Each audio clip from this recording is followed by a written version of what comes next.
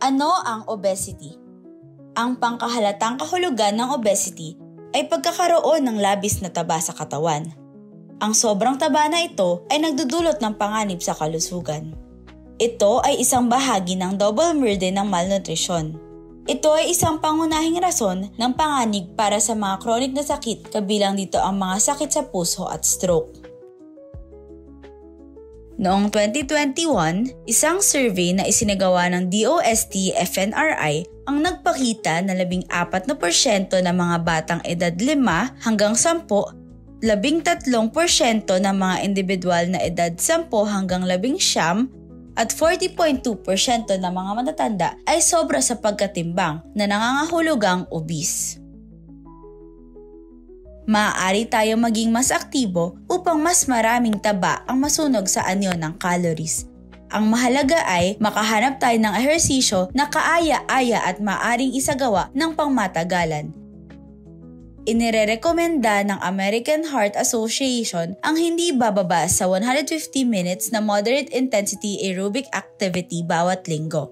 Magsagawa ng moderate intense cardiovascular exercise na nagtatagal ng 20 hanggang 60 minutes at kung maaari ay gawin ang pag-exercise sa 3 hanggang 4 na araw sa isang linggo. Pero mas maganda pa rin ang pag-exercise ng araw-araw para sa pagbaba ng timbang.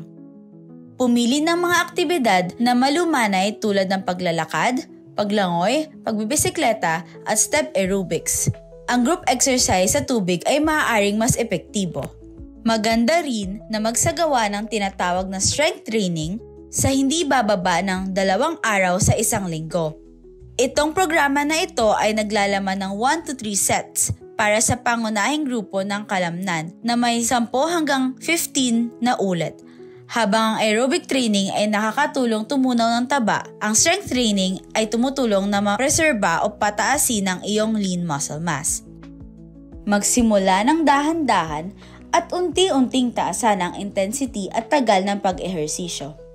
Ang mahalaga ay makahanap ka ng aktibidad na iyong may enjoy upang ito ay maging sustainable. Maaari rin nating maiwasan ang pagtambak ng sobrang taba sa ating katawan sa pamamagitan ng paggawa ng pagbabago ng ating diet.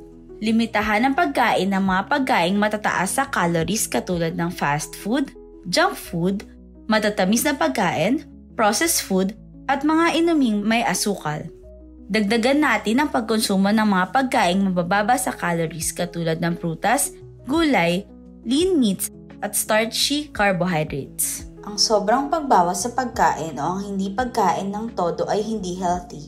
Ang mahalaga ay makahanap ng diet na kayang gawin at sundin para maging mas sustainable. Ilan sa mga nirekomenda ay ang mga sumusunod.